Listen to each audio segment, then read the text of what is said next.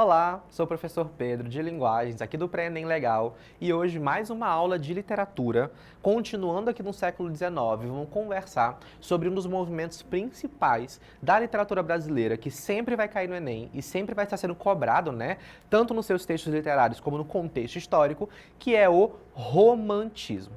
A ideia é que hoje vamos conversar um pouquinho apenas sobre o romantismo em poesia, porque esse movimento ele vai ser dividido tanto em prosa quanto em poesia, tá? Então vamos focar na poesia hoje, que são os textos em versos e em estrofes, e em outra aula a gente conversa sobre o romantismo em prosa. Primeira coisa que a gente tem que entender quando conversa de literatura, pessoal, é o contexto histórico. O que está acontecendo naquela época para que a literatura aconteça? A gente sabe que a literatura é um tipo de manifestação também do indivíduo, Então, o contexto vai influenciar a produção literária.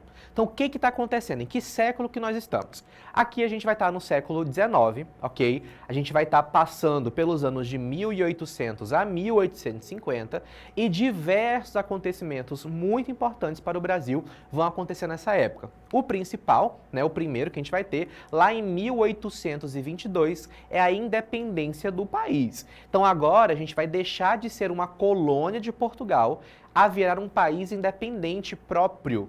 Ou seja, a população ela vai estar sendo influenciada por ideais de liberdade e independência. Agora o Brasil não é de Portugal, o Brasil é meu. Então existe um olhar patriota, um olhar de pertencimento. Eu deixo de ser português, de certa forma, e agora eu sou brasileiro de fato. Próximo, como eu falei para vocês, ideais patriotas e nacionalistas. Existe uma diferença aqui, tá, pessoal? O patriotismo é a ideia do amor pela pátria. O nacionalismo é a pátria acima das outras, ok? Então, os ideais, eles são tanto de amor quanto de extremismo, de a minha pátria ser melhor que a outra. Outra coisa que vai influenciar muito nessa época, pessoal, o mundo inteiro, não só o Brasil, é a tuberculose, Muitos poetas, inclusive, dessas gerações vão morrer muito cedo por conta da tuberculose, que virou uma epidemia mundial. A burguesia agora, ela não é somente uma classe econômica, ela também vira uma classe social, Ela vai ascender, ela vai subir totalmente, tanto os seus valores quanto seus costumes. Então, ideais como o casamento, a idealização da mulher, as classes sociais, a exploração dos trabalhadores, tudo isso vai se tornar um novo padrão para a sociedade brasileira.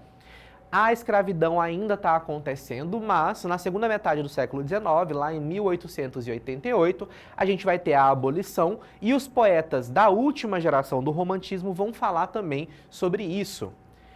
Bom, focando no romantismo, fora do contexto histórico, é importante a gente lembrar que a poesia vai ser dividida em 3 gerações.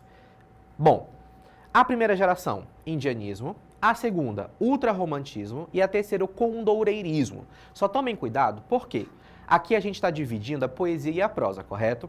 A prosa, ela não vai se encaixar nessa divisão de gerações.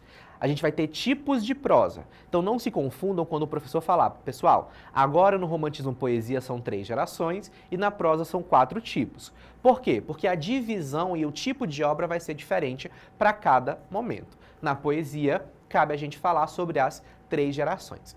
A primeira, chamada de indianista, vai acontecer porque lá em Portugal eles decidem resgatar um herói nacional.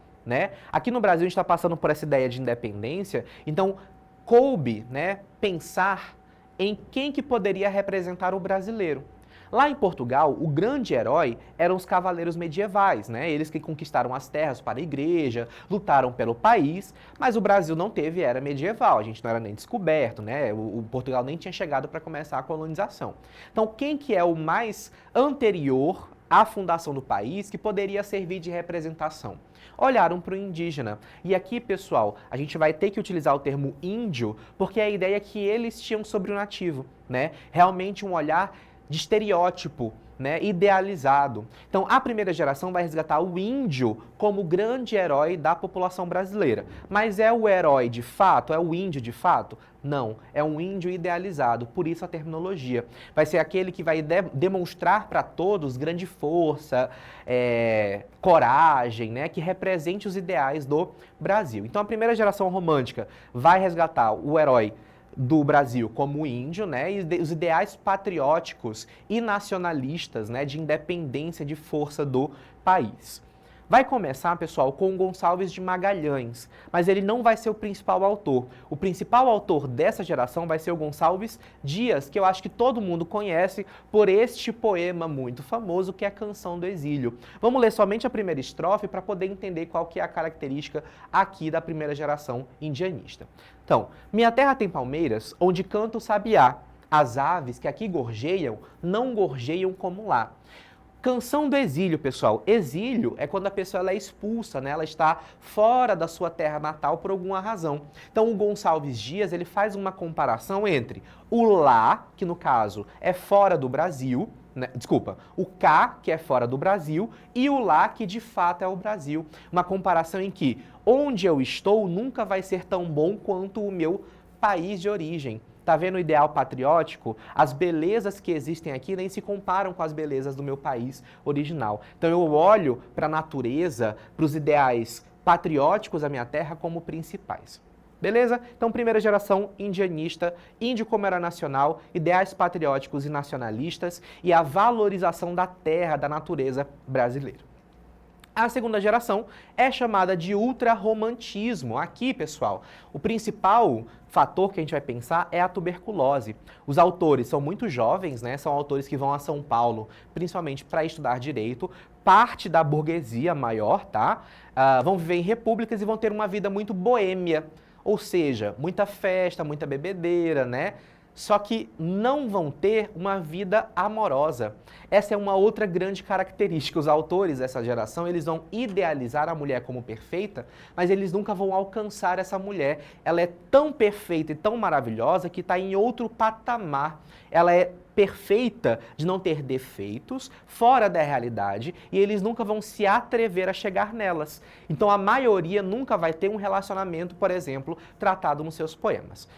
Essa geração também vai ser muito introspectiva. Ela vai olhar para dentro de si mesma. O poeta ele vai exagerar em todo o seu sentimento. Ao invés de ficar triste, ele fica depressivo. Ao invés de chorar, ele fica melancólico. Então é uma geração muito triste, muito escura. Tanto que uma das principais características, se a gente olhar aqui no slide, é a proximidade à morte. Temas como o suicídio, por exemplo, são muito tratados nos poemas. E o autor ele sempre vai olhar a morte como uma porta de saída, porque viver é uma dor insuportável, né?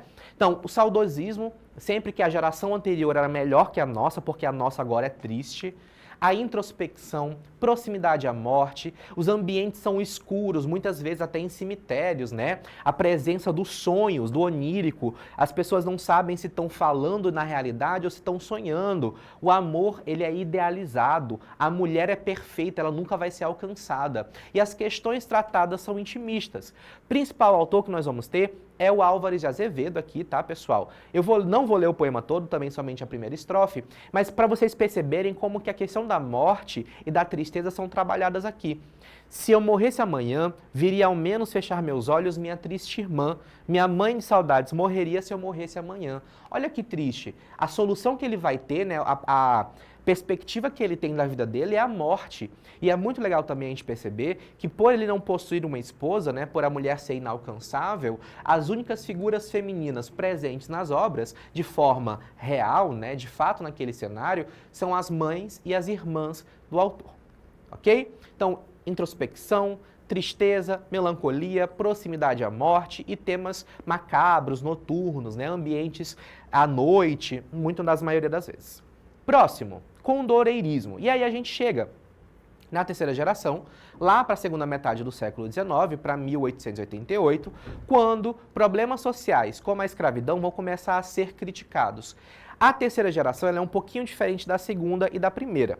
A primeira e a segunda elas vão ser idealizadas. Por quê? São autores burgueses que estão alheios à realidade. Então, para eles, a escravidão não é um problema, porque a maioria ficou rica e utilizava a mão de obra escrava.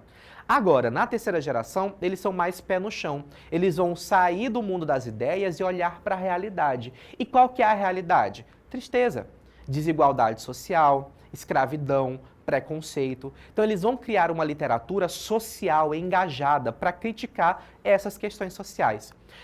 A terceira geração é marcada por autores que são estudantes e que iam a locais públicos, como praças, reuniões, declamar os seus poemas e chamar a população a protestar junto a eles e criticar as questões sociais, com foco principalmente na escravidão. Recebe esse nome, pessoal, porque o condor é uma ave que voa muito alto. Então é o ideal de liberdade, de libertação. O principal autor que nós vamos ter aqui é o Castro Alves. E aí, para a gente finalizar, eu vou ler aqui esse trecho de O Navio Negreiro, né? Navio Negreiro era um ambiente onde os negros eram trazidos da África para o Brasil com o fim de servirem como mão de obra escrava, né? Escravizada. E aí ele vai fazer um reflexo, um retrato de como que eram as condições dentro desse navio. Então ele fala assim, ontem a Serra Leoa, então era o seu país de origem na África, né?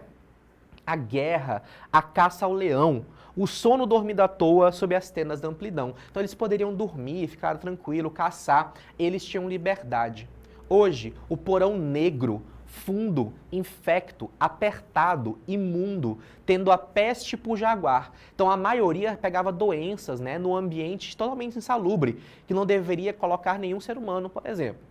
E o sono sempre cortado pelo arranco de um finado e o baque de um corpo ao mar. Então, a maioria das vezes, os escravizados não sobreviviam às viagens e eram descartados no meio do mar, até para o navio ficar mais leve, né, e não ter tantos cadáveres durante o trajeto. Então, essas situações desumanas de trato aos escravizados eram tema de crítica dos poetas condoureiros. Certinho? Ficou alguma dúvida? Deixa aqui nos comentários. Espero que vocês tenham gostado e entendido esse conteúdo muito importante para o Enem e a gente se vê na resolução de questões sobre o romantismo. Tchau, tchau!